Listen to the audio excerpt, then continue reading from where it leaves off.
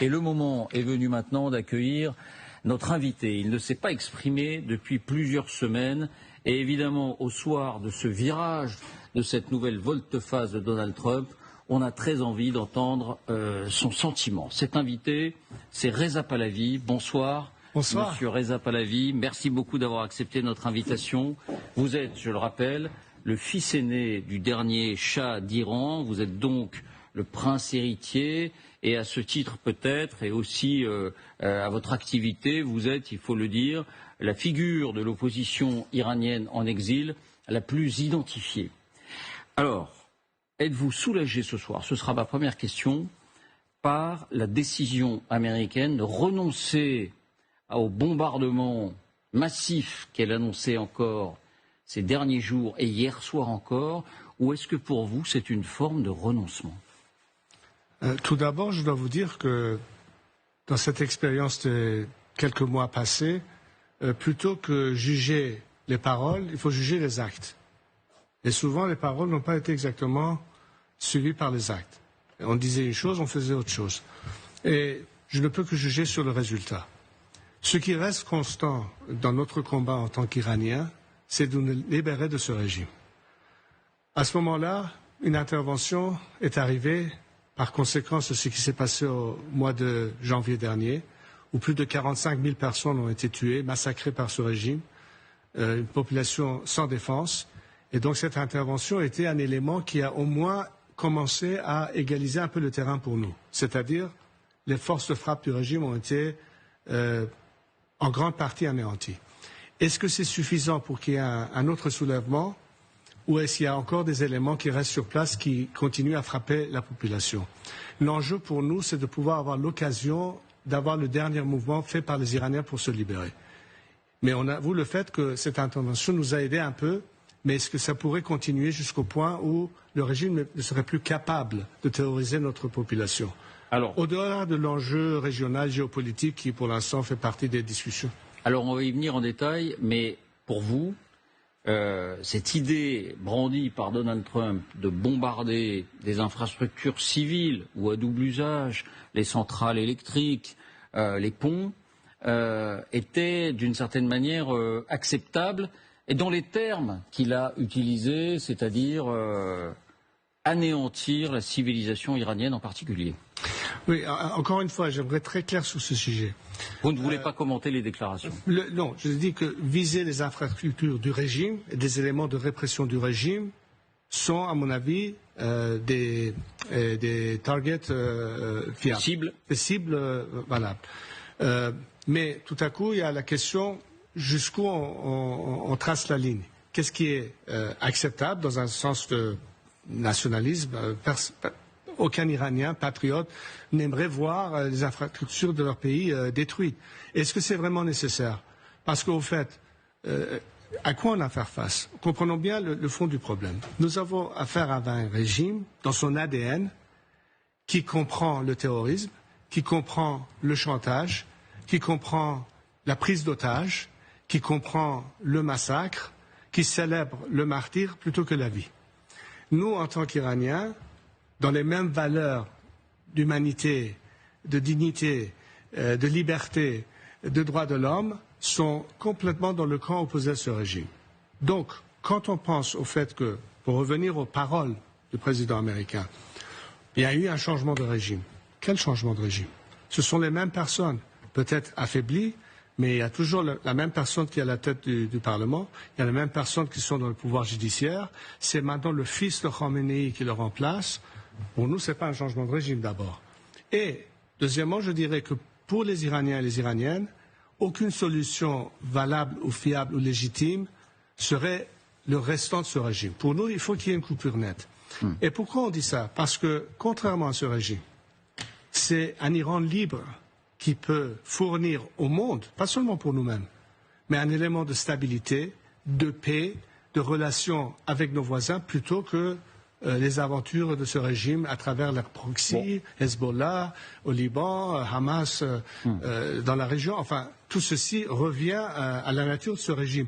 Est-ce qu'on peut faire confiance à ce régime? C'est là la grande question. Est-ce que les négociations diplomatiques vont permettre à ce qu'il y ait maintenant, après 47 ans de jugement sur le comportement de ce régime, tout à coup, il change de couleur. Je ne vois pas ça comme une réalité. Mais on va voir ce qui va se passer. D'accord. On comprend que vous croyez peu que ces négociations puissent aboutir à un changement de régime. Et on comprend que vous vous interrogez, que vous avez des gros doutes sur ce qui était imaginé par Donald Trump, à savoir des frappes sur les infrastructures civiles. Justement, parlons de ce régime. Est-ce que vous n'avez pas commis une erreur d'appréciation parce que vous avez plaidé pour une intervention armée en estimant qu'elle permettrait, par l'affaiblissement du régime, la chute de ce régime? Est-ce que, après presque 6 semaines de bombardement, la réalité ne vous oblige pas à dire qu'il y a eu erreur d'appréciation? Non, d'abord, je dirais que nous n'avons jamais cherché des interventions militaires dans notre pays. Mais n'oublions pas que c'est ce régime qui est responsable d'avoir amené notre pays au point où on a dû subir des attaques de la part des Israéliens et des Américains dans ce conflit. Mais vous avez souhaité ces interventions? Parce que, justement, comprenez, ça du point de vue iranien, je ne parle pas du point de vue américain ou israélien de la région, je parle du point de vue iranien. Vous êtes en état de captivité. Vous êtes tous les jours massacrés, tués, exécutés. Et c'est un régime qui vous a pris en otage. Nous devons nous libérer. Mais est-ce que nous pouvons libérer un peuple qui est passé à la rue et qui a été massacré sans avoir une aide extérieure? C'est un peu comme le débarquement qui a changé la donne pendant la Deuxième Guerre mondiale. Il y a eu une intervention qui a aidé à ce que finalement la France se libère. Mais est-ce que la réalité n'infirme pas justement? Parce que le régime a été gravement blessé, affaibli. Et le régime a été gravement affaibli. Est-ce que c'est suffisant pour un dernier soulèvement? Peut-être pas toujours, mais on est beaucoup plus proche. Le régime n'a jamais été aussi faible que dans toute son existence. Par contre, ils ont toujours cherché une politique de traîner les pieds, de gagner du temps, de survivre une administration israélienne ou américaine pour revenir encore à renforcer leurs forces typiques. Vous pensez... Ça a toujours été leur jeu. Vous pensez qu'aujourd'hui, ce régime est plus susceptible d'être renversé, alors qu'on pourrait aussi imaginer qu'il a plus de cartes en main aujourd'hui qu'avant le début de la guerre, notamment parce qu'il dispose du pouvoir de blocage du détroit d'Ormuz? Mais encore une fois, si vous voyez le changement de cap que j'ai senti dans ces derniers mois, en même temps, surtout en Europe, des gouvernements qui jusqu'à présent avaient suivi cette ligne d'apaisement, de chercher un changement de comportement, de ne prendre pas une position décisive sur mettre sur la liste terroriste les gardiens de la révolution. Ce qui a été fait, mais assez tard. Parce qu'il y avait des otages, ou parce qu'il y avait ceci, ou parce qu'il y avait cela. Quand le chancelier allemand, par exemple, dit « ce régime n'est plus légitime », après ce massacre, est-ce que cela a aidé à ce que ce régime puisse faire preuve que, après tout, on est toujours là, on se tient toujours debout, après tout ce massacre? Est-ce qu'il y a finalement un élément moral qui rentre en jeu? Je pense que c'est le cas de le dire, parce qu'aujourd'hui, ce qui nous sépare de finir le travail, c'est de continuer jusqu'à ce que ce régime tombe. Plus de frappe sur les éléments de répression qui ciblent la population, à ce moment-là, vous verrez que les Iraniens trouveront le moment à agir. Notre moment arrivera, tôt ou tard. Ce qui n'a pas marché, pardonnez-moi de vous interrompre, ce qui n'a pas marché en 6 semaines pourrait marcher avec 6 semaines de plus? Ça dépend, encore une fois, s'il y a une couverture à ce que... Imaginons un scénario. Ces pays ont dit, on va faire une partie du travail, le reste, c'est aux Iraniens de le faire. Et tout le monde pose la question. Tout le monde, journalistes, parlementaires. Quand est-ce que le peuple iranien se soulèvera? Je ne sais pas, il se soulèvera, mais au bon moment. Ils l'ont d'ailleurs essayé, mais quelles étaient les conséquences de ce soulèvement? Un massacre total. À ce moment-là, quel est l'élément qui, pour permettre à ce qu'il y ait moins de pertes de vie humaine, puisque après tout, c'est une question de massacre. On ne peut pas réclamer à un peuple d'être dans la rue tous les jours, d'être fusillé par les éléments de force qui sont dans la rue, et à ce moment-là, il faut qu'il y ait une couverture. C'est possible de le faire avec toutes ces technologies de drones et tout ceci, et surtout l'accès d'informations, parce que depuis le 9 janvier, vous n'avez aucun accès à l'information, parce qu'il y a une coupure d'Internet. On ne sait pas ce qui se passe en Iran. Moi, par contre, je le sais, parce qu'on est tous les jours en quotidien en contact avec nos activistes sur le terrain. Prisonniers politiques, société civile, les avocats, les intellectuels, les éléments des ethnies. Et le pays est prêt à mener le dernier combat. Mais au bon moment. Ils vous disent cela. Absolument. Écoutez, il y a trop de sang qui a été coulé. Je ne pense pas qu'on a perdu 50 000 personnes en l'espace de 2 jours pour qu'il y ait un deal nucléaire américain. Pour nous, c'est question d'en finir. Mais nous espérons, par contre, que le monde libre comprend que la seule solution, pas seulement pour nous d'ailleurs, pour tous nos voisins régionaux et pour le monde entier, c'est que ce régime ne soit plus en place. Donc c'est de continuer les bombardements ciblés, si on vous comprend bien. Ciblés sans toucher l'infrastructure civile, parce que c'est pas le nécessaire. La logique, c'est là où j'ai un petit problème avec cette logique de frapper tout le pays. Non, frapper le régime, et c'est pourquoi les Iraniens ont réclamé cette intervention, en sachant que c'est pas le pays qui est ciblé, c'est le régime qui est ciblé. Soyons très clairs là-dessus. Cibler le régime, c'est pas cibler un pays. C'est là où on constate la différence. Alors, dernière question, c'est une façon de la poser autrement, puis je vous laisserai la parole pour une question chacun. Est-ce qu'il n'est pas temps, compte tenu, encore une fois, du bilan de ces 5 semaines et demie de bombardement, de tendre la main aux éléments du régime ou aux ex-éléments du régime dont on dit qu'ils sont moins durs que d'autres? Je vous accorde qu'ils ont participé au système. Mais Javad Zarif, par exemple, qui a négocié avec les Occidentaux pendant longtemps sur cette question du nucléaire, ou encore l'ancien président Rouhani, qui a dernièrement appelé à tendre la main aux Occidentaux pour des discussions en disant que le régime courait à sa perte s'il continuait la guerre totale. Est-ce que cette solution-là de l'interne ne peut pas être viable? Mais ils ont aussi fait partie du massacre. C'est pas le début. Le premier mouvement d'étudiants à l'époque de Khatami qui était considéré comme l'élément plutôt modéré. Il faut parler aux modérés, des éléments qui sont plus fiables d'avoir. Même à l'époque de l'Union soviétique, on disait que Andropov est beaucoup plus modéré que, par exemple, Tchernenko. C'est Gorbatchev qui a permis l'effondrement finalement de l'Union soviétique. Non, mais je veux dire que de faire penser qu'on peut dire qu'il y a des éléments dans le système qui sont moins méchants que les autres, ça ne change pas la nature du régime. C'est un régime qui, dès le début, a apporté un élément qui a été un antagonisme envers les femmes, envers les minorités religieuses, c'était le début d'une idéologie imposée, en plus avec l'idée de l'exporter au coût de la nation, premièrement prise en otage. C'est pas l'Iran, c'est le régime. Et ces gens-là ont représenté le régime face aux Iraniens. Les étudiants ont été jetés par la fenêtre de leur campus quand ils ont réclamé pourquoi les promesses présidentielles de Khatami n'ont pas été faites. C'était le début. Le mouvement vert, le mouvement Femmes, Vie, Liberté, et finalement ce qui s'est passé récemment. À chaque fois, les Iraniens sont rentrés et à chaque fois, ils ont été amortis ou détruits par ces mêmes personnes qui aujourd'hui veulent dire que nous pouvons être raisonnables. Non, ils ont du sang sur leurs mains. C'est pourquoi je vous dis, pour l'Iran, pour les Iraniens, ce qui compte, c'est une libéralisation totale. Aucune de ces personnes peut faire partie de la solution. Ils sont tous des éléments discrédités pour vous. Discrédités, pas pour moi, pour toute une nation. Vos questions, François? Oui, ma question porte sur ce qui se passerait après. C'est-à-dire le régime tombe dans les conditions que vous venez d'évoquer, les mollahs modérés, pas modérés, radicaux sont balayés. Un régime de transition post-Mollah se met en place, dans lequel vous auriez, le cas échéant, à jouer un rôle éventuel. Ce régime de transition devrait avoir une politique étrangère et de sécurité.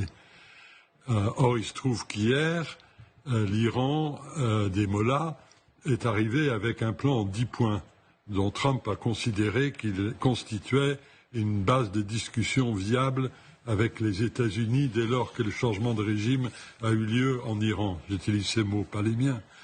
Est-ce que ce plan en 10 points serait acceptable pour vous comme une base de politique étrangère sur le détroit d'Ormuz, sur le régime de sécurité dans le Golfe, sans les Américains et ainsi de suite, ou est-ce que vous récusez ces différents 10 points qui comprennent aussi la levée des sanctions et le dégel des avoirs et ainsi de suite.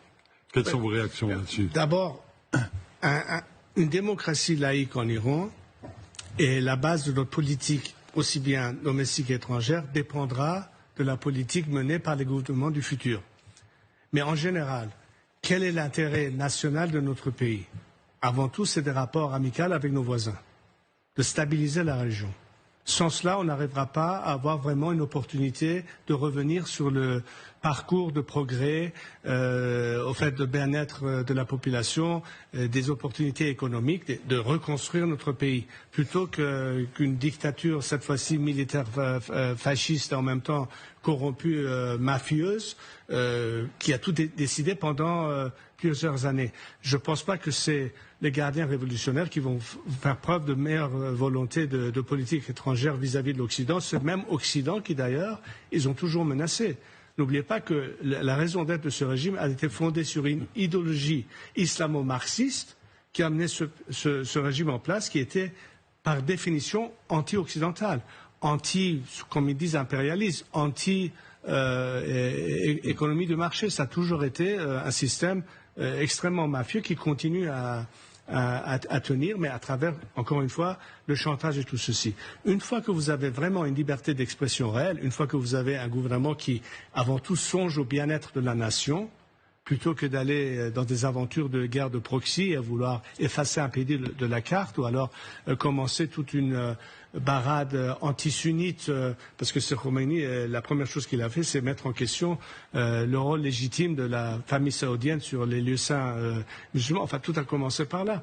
C'est pourquoi je vous dis, la politique étrangère iranienne serait basée sur d'abord les intérêts réels nationaux de notre pays, mais dans un but de coopération et d'avoir des relations saines avec le monde libre avant tout. Et pas de privatisation du détroit d'Ormuz. Je ne vois pas comment vous pouvez accepter le fait que, par exemple, prenez l'exemple de l'Espagne et du Maroc. Est-ce que Gibraltar est une zone dans laquelle on va commencer à demander des tarifs pour les paquebots qui sortent? C'est la même logique. Depuis quand?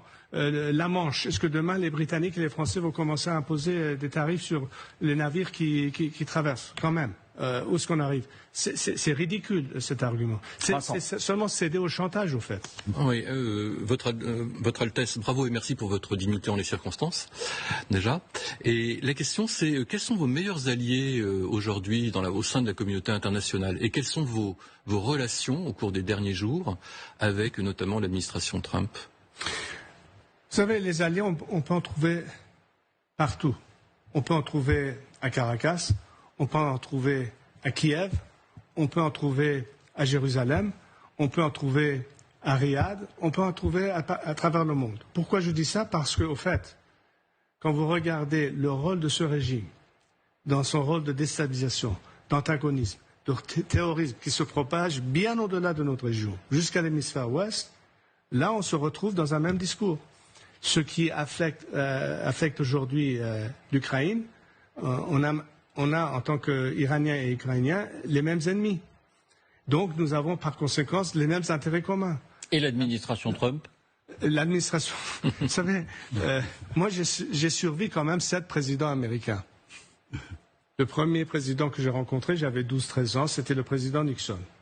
Donc entre Nixon et président Trump, j'en ai vu beaucoup. Ils viennent, ils vont, mais il y a quelque chose qui continue.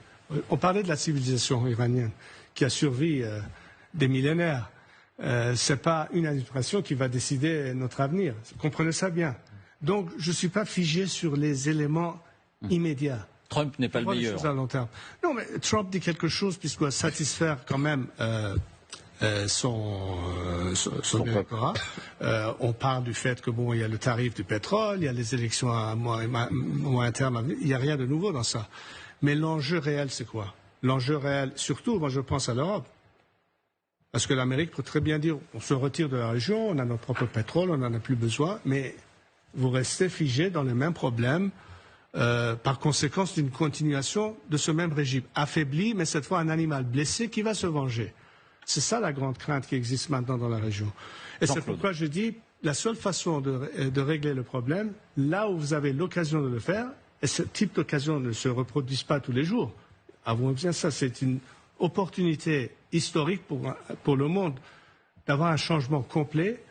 Et ça parviendra à travers la libération de notre pays et de mettre fin à ce régime. Un animal blessé qu'il faut achever. Jean-Claude. Votre Altesse, vous avez dit tout à l'heure, il y a un instant, que l'objectif c'était de parvenir à une démocratie laïque en Iran. Et il y a quelques semaines, vous-même avez eu l'occasion de dire, parce que vous êtes l'une des personnalités de l'opposition les plus visibles aujourd'hui, qu'il s'agirait d'un mandat temporaire de transition. Exactement. Quel est, selon vous, à date, le calendrier de cette transition? Quelle serait approximativement sa durée? Est-ce qu'on parle d'une, 2 années, le temps d'organiser des élections, ou alors est-ce que ça serait quelque chose de beaucoup plus long, le temps de trouver une formule institutionnelle qui corresponde à l'Iran? Parce que peut-être que votre pays souhaite aussi trouver sa formule institutionnelle. De manière réelle, je pense que le temps de transition se situe aux alentours de 2 années, au maximum 3 ans. Et ça dépend aussi des facteurs qui détermineront la rapidité des décisions prises par le peuple à travers ce processus constitutionnel. Au fait, le gouvernement de transition est chargé de ménager les affaires du pays d'une manière temporaire. C'est pourquoi j'ai toujours pensé que la meilleure façon d'avoir une transition stable, c'est d'incorporer dans la solution le maximum des éléments qui ne sont pas liés aux aspects néfastes de ce régime, qui n'ont pas du sang sur leurs mains. Ça comprend la majorité de la bureaucratie actuelle, et ça peut faire partie d'une grande partie des éléments des forces armées, aussi bien l'armée et peut-être des éléments même du Basij ou de CEPOC qui ne sont pas directement coupables, puisque là, il y a une question de justice à mettre en terme. On a vu à la fin de l'Afrique du Sud le processus de Truth and Reconciliation. On a vu quand même les tribunaux de Nuremberg. Il y a tout un système juridique qui regarde la justice transitionnelle. Comment on fait et qu'est-ce qu'on fait avec le restant du régime. Enfin bref, le pays doit être, et j'ai un plan très précis sur cela, les premiers 100 jours, et qui s'explique dans un projet qu'on appelle IPP, Iran Prosperity Project. Mais tout ceci pour parvenir finalement au fait qu'une assemblée constituante qui est au fait représentée par les personnalités élues par le peuple, qui vont trancher sur le sujet. La Constitution, la forme future du régime, tout ceci ratifié finalement par un référendum. À ce moment-là, vous avez l'élection du premier Parlement et du premier gouvernement de cette nouvelle démocratie, quelle que soit une république ou une monarchie parlementaire. Ça, c'est au peuple de décider. Et donc, à la fin de ce terme, c'est la fin, si vous voulez, du mandat au fait de ce gouvernement transitionnel qui remet le pouvoir aux parlementaires et au premier gouvernement élu. Donc, la fin de ce cycle. Moi, je pense que ça peut se jouer dans un espace de 2 ans. La vraie question, c'est est-ce que des éléments restants qui vont essayer de saboter cette question pourraient retarder un peu l'affaire. Tout dépend aussi de ça. Pardon. Marion, dernière question. J'ai entendu un peu de votre part une critique à l'égard des Européens, que vous disiez, leurs hésitations. Cette posture franco-européenne d'être strictement défensive et de ne pas faire pression suffisamment sur le régime, est-ce que vous l'avez vu un peu comme une forme de signal d'immunité envoyé au régime? Et est-ce que, quand vous dites que le régime est condamné à tomber et qu'on voit qu'il ne tombe pas, que vous pensez que nous avons notre responsabilité à ne pas avoir été assez actifs aux côtés des Américains? En réalité, je dois dire que cette politique d'apaisement nous a amenés jusqu'au point où maintenant on a à faire face aux circonstances actuelles. Ça ne s'est pas fait automatiquement. Souvent, on a jeté, si vous voulez, une bouée de sauvetage à un régime qui devenait de plus en plus illégitime. Vous voyez la situation économique chez nous. C'est arrivé à un point où les Iraniens ont dit ce jeu de modérés vis-à-vis, je ne sais pas, des gens plus radicaux, tout ce mouvement de réformateurs ne fonctionne plus, on n'y croit plus, on doit dépasser ce cap. Une bouée de sauvetage. La France, par exemple, aurait lancé des bouées de sauvetage à Lyon? D'une manière ou d'une autre. Écoutez, moi je me rappelle l'époque où tout avait commencé. Vous savez le nombre de dissidents iraniens qui ont été assassinés sur le territoire français? Vous vous rappelez de l'histoire d'Anis Nakash, le meurtre de Jean-Paul Barthiol, notre dernier Premier ministre, ou l'attaque sur du dirigeant kurde dans comment ça s'appelle, Mykonos, je pense, ça s'appelait l'endroit. Enfin, beaucoup d'autres. C'était à l'époque où les gouvernements européens qui voulaient avoir une approche, une espèce d'affairisme avec l'Iran, avaient oublié tous ces éléments-là. Moi, je me rappelle à l'époque où il y avait Roland Dumas, où il y avait Genscher, où il y avait Jack Straw, qui faisait la navette entre Londres, Paris et Bonn pour Téhéran, pour vendre, je ne sais pas, le métro ou des Airbus ou tout ceci, mais dans le sens où le régime déjà avait commencé à terroriser notre propre nation. On ne parlait pas à ce moment-là de prise d'otage, on ne parlait pas à ce moment-là d'exécution, on ne parlait pas à ce moment-là de ce côté discriminatoire du régime. On a fermé les yeux pour vous. On a vraiment fermé les yeux. Bon, on a toujours le temps de réparer. Et justement, maintenant, c'est le moment de réparer. Maintenant, c'est le moment où, en tout cas pour l'actuel président français, je suis content que les 2 otages ont été libérés, mais nous avons des millions et des millions d'otages en Iran. Et qui prouve qu'il n'y aura pas plus d'otages pris encore une fois. Qui nous prouve que ce régime ne va pas essayer de... c'est un peu l'histoire du chien et du roseau. Ils veulent que finalement, il n'y ait plus de Netanyahou à Jérusalem, qu'il n'y ait plus de Trump à la Maison-Blanche. Peut-être qu'ils retrouvent encore une fois l'opportunité de se reconstruire. C'est là où la vraie menace existe. Parce que, encore une fois, l'ADN du régime est le vrai problème. Et c'est pourquoi je dis le restant de ce régime ne va pas être différent de ce même ADN. Ils ne peuvent pas se détacher de cet ADN. Puisque s'ils continuent, disons, s'ils arrivent à accepter les termes soi-disant réclamés dans ces négociations, c'est la fin du régime en tant qu'ils sont. Ils ne peuvent plus continuer à faire ce qu'ils ont fait jusqu'à présent. Est-ce que vous pensez réellement qu'ils sont prêts à le faire ? Est-ce qu'ils sont prêts finalement à capituler complètement? Moi, je ne vois pas ça. Franchement, je ne vois pas ça. Je pense que c'est essayer de gagner du temps. Et peut-être que de l'autre côté, les Américains aussi cherchent à gagner un peu de temps. Donc, je lis pas je dis encore, c'est pas la fin de la partie. Cette partie est en train d'être continuée. Le sifflet final n'a pas encore été soufflé. Merci. Merci beaucoup, Reza Pahlavi, d'avoir répondu à nos questions ce soir et de l'avoir fait assez directement, assez franchement. Et on est en direct quand même. On est en direct, précisément.